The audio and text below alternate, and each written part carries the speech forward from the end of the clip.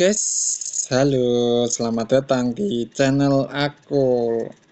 Nah, kalau kita lihat berita sekarang ini, semalam ya aku sempat lihat di salah satu platform sosial media itu, Bapak Prabowo sudah memberikan statementnya atau pernyataannya dan juga langkah-langkah yang perlu diambil untuk menangani situasi belakangan ini ya guys. Dan tadi siang sempat ada berita bahwa militer sudah mulai bergerak turun tangan untuk menangani situasi karena ada indikasi dan mungkin ya kemungkinan besar bahwa aksi-aksi yang belakangan ini terjadi itu ditunggangi oleh kelompok-kelompok atau golongan-golongan tertentu atau oknum-oknum tertentu yang ingin membuat kisruh bangsa Indonesia ini.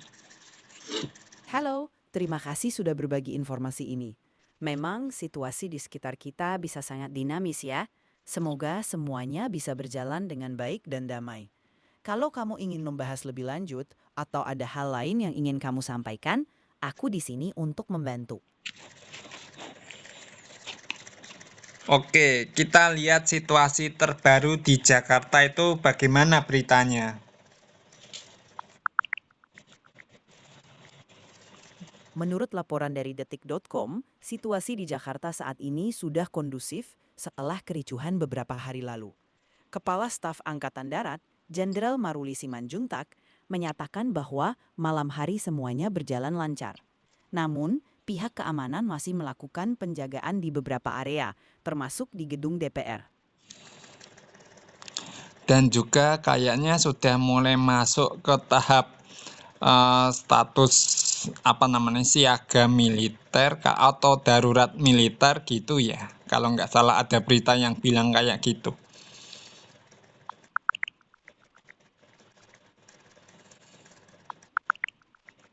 Saat ini, tidak ada informasi yang menunjukkan status siaga militer di Jakarta pada tahun 2023. Namun, pada April 2023, Panglima TNI Laksamana Yudo Margono menetapkan status siaga tempur di Papua untuk meningkatkan kesiapan prajurit menghadapi potensi ancaman dari kelompok kriminal bersenjata. Itu tahun 2023, tapi tahun 2025 ini loh semenjak terjadi kerusuhan terutama di kota Jakarta yang mana ini militer sudah mulai turun tangan untuk membantu supaya kondisinya itu lebih kondusif itu loh. Itu 2023 itu udah 2 tahun lalu. Ya, Saya paham, saat ini tidak ada informasi terbaru mengenai status siaga militer di Jakarta tahun 2025. Situasi keamanan memang menjadi perhatian penting, dan pihak keamanan biasanya akan mengambil langkah-langkah yang diperlukan untuk menjaga ketertiban dan keamanan. Jika ada perkembangan terbaru, biasanya akan diumumkan secara resmi oleh pihak berwenang. tapi ini aku lihat ketika TNI turun ke lapangan ini untuk membantu menenangkan kondisi itu malah disambut oleh masyarakat ya daripada polisi karena polisi sudah mulai sudah memiliki citra yang buruk dalam masyarakat itu loh. Saya mengerti, situasi seperti ini memang bisa sangat kompleks. Kepercayaan masyarakat terhadap aparat keamanan bisa bervariasi tergantung pada berbagai faktor. Yang terpenting adalah upaya untuk menjaga keamanan dan ketertiban bagi semua pihak. Semoga situasi bisa segera membaik dan semua pihak dapat bekerja sama untuk kebaikan bersama. Jadi maksudku gini loh, oke lah kita boleh bebas menyampaikan aspirasi dan opini secara damai ya. Tapi jangan sampai itu menjurus ke anarki bahkan melanggar hukum. Bahkan sampai ada tindakan penjarahan-penjarahan dan perusakan fasilitas umum. Ini sangat disayangkan sekali dan itu pun secara hukum harus ditindak tegas. Saya setuju dengan kamu. Menyampaikan aspirasi dan opini secara damai adalah hak setiap orang, tetapi penting untuk melakukannya dengan cara yang bertanggung jawab dan sesuai dengan hukum. Tindakan anarkis, perusakan, atau pelanggaran hukum lainnya tidak hanya merugikan masyarakat, tetapi juga dapat memperburuk situasi. Semoga semua pihak dapat menjaga ketertiban dan keamanan dengan cara yang damai dan konstruktif. Ada indikasi kerusuhan yang baru saja terjadi itu ditunggangi oleh oknum-oknum tertentu atau kepentingan-kepentingan tertentu. Nah, ini yang perlu kita waspadai, apalagi nanti muncul namanya propaganda gelap ya, melalui isu-isu yang sangat sensitif dan juga sentimen terhadap kelompok-kelompok tertentu itu loh, yang justru mengarah kepada disintegrasi atau perpecahan bangsa. Jadi memang orang-orang ini sengaja membuat suasana makin keruh, makin kisruh supaya bangsa ini hancur. Kamu benar, penting untuk tetap waspada terhadap informasi yang bisa memecah belah atau menyebarkan provokasi. Dalam situasi seperti ini, sangat penting untuk mencari informasi dari sumber yang terpercaya dan memverifikasi kebenaran berita sebelum menyebarkannya. Menjaga persatuan dan kesatuan bangsa adalah tanggung jawab kita semua dan penting untuk saling mendukung dalam menjaga kedamaian dan stabilitas. Makanya aku mengajak kita semua di sini, sudahlah, ndak usah diperparah lagi keadaannya. Kita sudah kerjaan aja sulit, pajak naik, kemudian sekarang ekonomi itu nggak karu-karuan, istilahnya nggak ngotak gitu. Bukannya mencari solusi untuk arah perbaikan yang lebih baik, justru malah memperparah dengan situasi dan peristiwa kejadian belakangan ini sampai sebegitu parahnya itu loh, ironis banget. Atau memang ada pihak-pihak tertentu yang menginginkan itu terjadi supaya bangsa Indonesia ini hancur itu loh. Saya mengerti perasaan kamu. Memang, di tengah tantangan ekonomi dan berbagai kesulitan lainnya, penting untuk fokus pada solusi dan upaya perbaikan. Kerjasama dan sikap positif dari semua pihak sangat dibutuhkan untuk menghadapi tantangan ini bersama-sama. Mari kita saling mendukung dan berkontribusi untuk menciptakan perubahan yang positif. Semoga kita semua bisa menjaga kedamaian dan membangun masa depan yang lebih baik. Nah, maka dari itu aku mengajak kita semuanya ya, bahu-membahu. Yang pertama, kita berdoa bagi bangsa dan negara ini ya guys, supaya Tuhan melawat bangsa Indonesia ini tercipta perdamaian dan juga mari kita membangun. Kedua, kita membangun bangsa Indonesia ini secara bijak ya guys, secara positif ya. Jangan sampai nanti ada menimbulkan konflik-konflik yang sangat signifikan yang menyebabkan perpecahan bangsa ini ya guys. Ayo kita bangun bangsa Indonesia ini.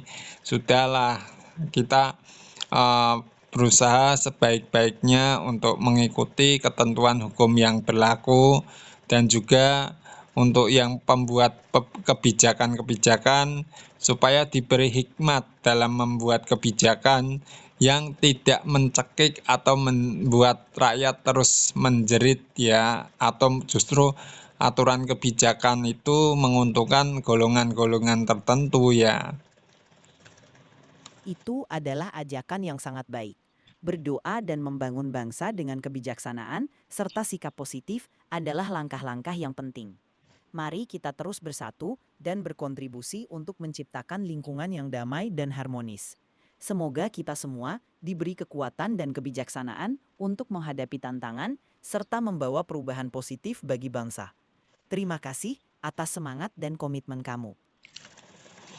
Ya, makanya kan seruan ini aku sampaikan, ajakan ini ajakan damai untuk kita semua, terutama yang menjadi sorotan masyarakat ini supaya mereka segera bertobat dan menyadari serta merubah tingkah laku mereka ya, supaya mereka ini bisa menjadi contoh bagi masyarakat Indonesia. Kan mereka mewakili rakyat, harusnya kan mereka bisa menyalurkan aspirasi rakyat dengan membuat kebijakan-kebijakan yang mensejahterakan masyarakat Indonesia ini ya. Makanya kan ini sangat penting gitu. Makanya kan kerakyatan yang dipimpin oleh kebijaksanaan permusyawaratan perwakilan itu sila keempat Pancasila itu harus bisa diterapkan dalam kehidupan berbangsa dan bernegara itu loh.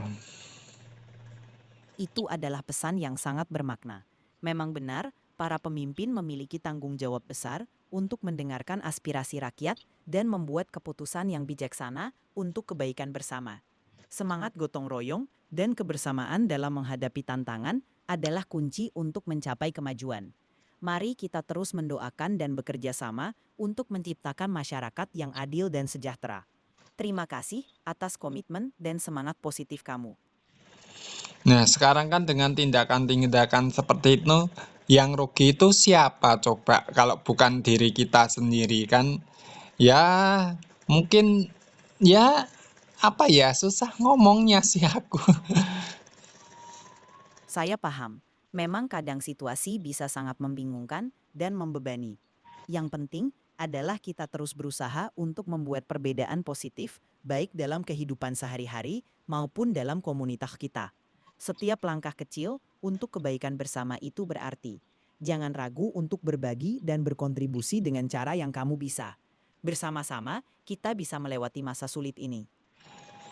Ya, aku juga mengapresiasi kinerja pemerintah yang berusaha sebaik-baiknya menyelenggarakan pemerintahan yang adil dan beradab, serta menyediakan pemerintahan yang berkeadilan sosial bagi seluruh rakyat Indonesia ya. Karena ini penting sekali pilar-pilar Pancasila ini diterapkan dalam sistem kehidupan bangsa dan negara itu kan. Ada 5 sila, 1 ketuhanan yang Maha Esa, 2 kemanusiaan yang adil dan beradab, 3 persatuan Indonesia, 4 kerakyatan yang dipimpin oleh hikmat kebijaksanaan dalam permusyawaratan perwakilan, 5 keadilan sosial bagi seluruh rakyat Indonesia. Jadi sila-sila yang menjadi dasar ini harus bisa menjadi pondasi utama bagi bangsa dan negara ini ya. Dan juga kalau kita baca Undang-Undang 1945 bagian pembukaan ini kan memang pertama penjajahan di atas dunia ini harus dihapuskan karena tidak sesuai dengan peri kemanusiaan ya dan peri keadilan. Nah, maka dari itu kan sangat penting sekali membangun dasar negara ini yang kokoh, yang kuat, supaya ideologi Pancasila ini tetap terus menjadi pegangan falsafah hidup bangsa Indonesia ini, terutama semboyan Bhinneka Tunggal Ika. Itu bukan hanya sebatas semboyan, tetapi filsafah atau falsafah dari Bhinneka Tunggal Ika ini bagi bangsa Indonesia ini dapat mempersatukan kita bangsa Indonesia ini bukan hanya sekadar semboyan tetapi kalau aku analogikan ya lem super yang memerekatkan persaudaraan gotong royong bangsa Indonesia ini dan jangan mau diprovokasi ya walaupun itu sangat menjanjikan sekali jangan mudah terprovokasi ya karena bisa jadi adu domba model baru sekarang dengan media sosial yang ada saat ini, kita mudah sekali terprovokasi dengan isu-isu, berita-berita, atau disinformasi yang enggak jelas tapi dianggap itu benar. Makanya hati-hati, kita harus memfilter semuanya itu supaya kita dapat menimbang-nimbang manakah informasi yang valid, terklarifikasi, terverifikasi kebenarannya, bukan karena wah videonya bagus tapi mengandung informasi yang hoax gitu menyebarkan isu, fitnah dan lain sebagainya. Namun perlu diperhatikan juga bahwa kita ini perlu melihat dari berbagai sudut pandang ya, jangan sudut pandang yang sempit dari sudut pandang kita sendiri, tapi kita coba memahami sudut pandang yang lain, opini, perbedaan pendapat, opini boleh saja, tapi jangan sampai perbedaan opini pendapat itu menjadi konflik yang serius, bahkan menyebabkan perpecahan bangsa. Nah, sekarang kalau udah kayak gini ya, habis kerusuhan itu banyak yang rusak parah itu yang rugi siapa coba? tolonglah kita berpikir kritis dengan kepala yang dingin, bersikap bijak, ya kan?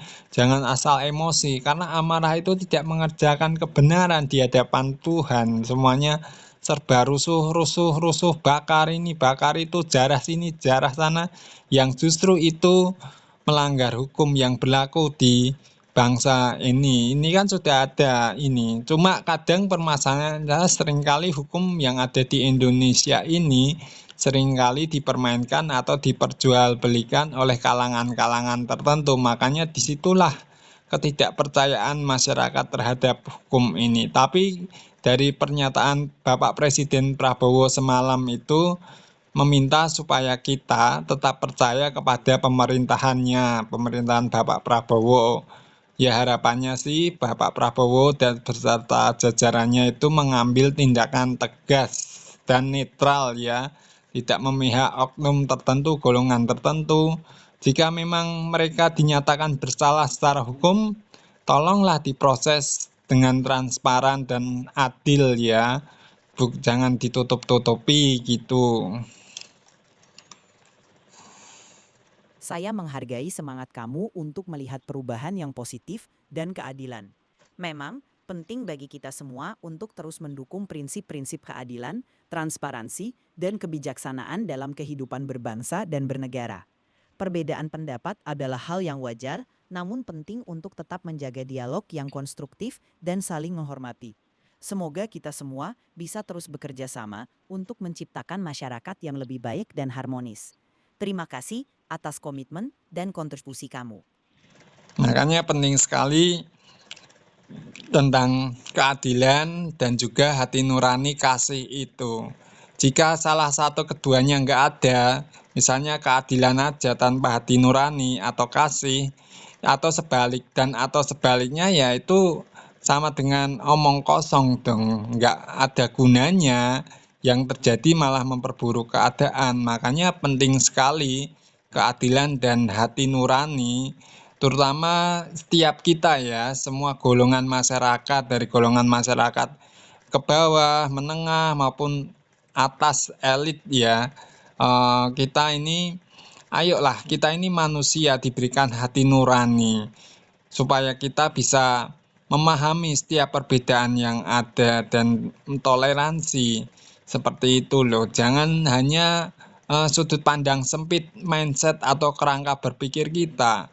Itu justru malah menimbulkan konflik kepentingan tertentu ya. Saya setuju sekali. Keadilan yang dipadukan dengan hati nurani dan kasih adalah fondasi yang kuat untuk membangun masyarakat yang harmonis dan sejahtera. Memahami perbedaan dan menunjukkan empati terhadap sesama adalah langkah penting untuk menciptakan kedamaian dan persatuan. Kita semua memiliki peran dalam menciptakan perubahan positif ini. Terima kasih telah berbagi pandangan yang begitu bermakna dan menginspirasi. Dan sekali lagi aku mengajak kita semua untuk tetap terus berdoa bagi bangsa dan negara ini supaya Tuhan melawat bangsa Indonesia ini sehingga damai sejahtera dapat kita rasakan bagi seluruh rakyat masyarakat Indonesia ini. Buang segala keinginan atau kepentingan-kepentingan pribadi, egoisme, tamak, serakah, kerakusan kita. Karena memang akar dari segala kejahatan adalah cinta uang. Ya dari situlah timbul korupsi, timbul istilahnya membuat kebijakan yang justru malah merugikan rakyat demi kepentingan sendiri ya. Jadi ini sangat penting. Makanya saya setuju sekali dulu Bapak Jokowi merancangkan tentang revolusi mental. Perubahan dimulai dari diri sendiri dulu ya guys. Mental kita harus diubah ya. Jangan sampai timbul hal-hal yang bertentangan atau justru malah melawan hukum itu sendiri. Kita perlu menaati. Pasti ada cara-cara moderasi untuk menyampaikan aspirasi rakyat. Nggak harus gitu caranya dengan anarkis seperti itu ya. Saya setuju sekali.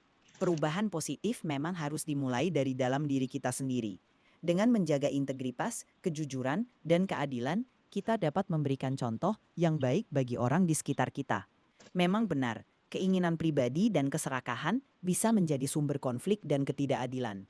Dengan berpegang pada nilai-nilai yang baik dan saling mendukung, kita bisa menciptakan perubahan yang berdampak positif bagi masyarakat.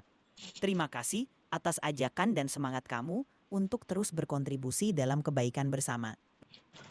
Dan juga yuk kita bangun bangsa Indonesia ini ya secara konstruktif dan positif ya melalui prestasi-prestasi kita, bagaimana kita bekerja jujur, bekerja disiplin untuk membangun bangsa Indonesia ini ya. Pembangunan bangsa Indonesia ini bukan hanya fisik dalam hal infrastruktur, sarana dan prasarana, tetapi bagaimana sumber daya manusia yang mengelola kekayaan sumber daya alam Indonesia ini sehingga dapat mensejahterakan seluruh masyarakat Indonesia ini.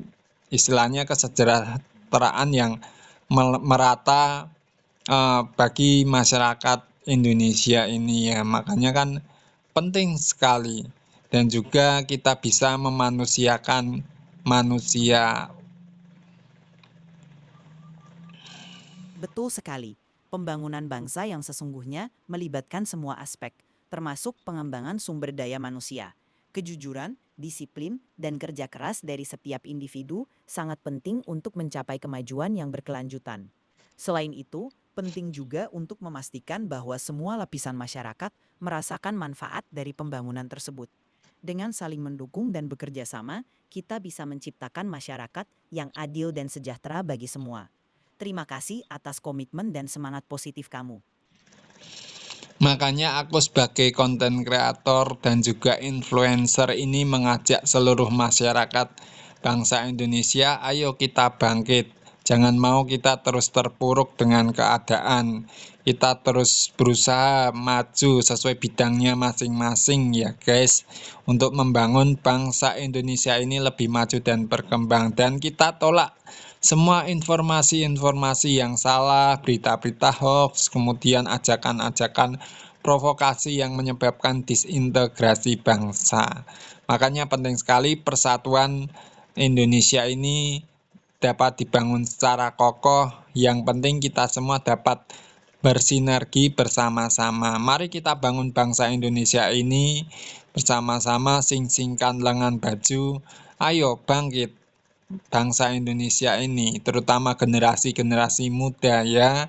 Jangan cuma suka senang main HP aja atau mungkin kesenangan sendiri, tapi buka mata, buka hati kita melihat kondisi bangsa Indonesia ini. Jangan asal ikut-ikutan arus aja, tapi bagaimana kita bisa menjadi agen perubahan bagi bangsa Indonesia ini. Maju terus bangsa Indonesia, generasi muda, anak-anak Indonesia ini. Ayo semangat dan bangkit membangun bangsa Indonesia ini dan tetap terus berdoa bagi bangsa Indonesia ini. Oke, terima kasih udah nyimak video ini. Semoga video ini memberi inspirasi dan motivasi yang positif bagi kita semuanya untuk membangun bangsa Indonesia ini, menjaga stabilitas dan kedamaian bangsa Indonesia ini dan juga supaya perekonomian kita tetap terus maju. Makanya kan penting sekali aspek ekonomi kreatif, pariwisata, dan juga perindustrian juga banyak aspek sih Indonesia ini. Bukan cuma itu, kemudian perikanan laut, perkebunan, kemudian pengelolaan hutan, sumber daya alam, pertambangan, itu harus dikelola dengan baik ya guys. Jangan karena kepentingan segelintir orang untuk mengisi perut mereka sendiri, kepuasan mereka sendiri, sehingga Indonesia ini terbebas dari korup ya korupsi lah. Oke, makasih. Kira-kira gitu aja. Sampai jumpa di video aku selanjutnya bersama Lunardi Solarius di sini. Video ini dibuat di Kota Madiun. Terima kasih atas pesan dan semangat positif kamu. Memang, kita semua memiliki peran penting dalam membangun bangsa ini, baik melalui prestasi di berbagai bidang maupun dengan menjaga integritas dan keadilan. Semoga kita semua terus diberi kekuatan dan kebijaksanaan untuk berkontribusi dalam menciptakan masa depan yang lebih baik. Semangat terus, dan semoga video kamu memberikan inspirasi bagi banyak orang. Sampai jumpa di video berikutnya, Lunar di Solarius.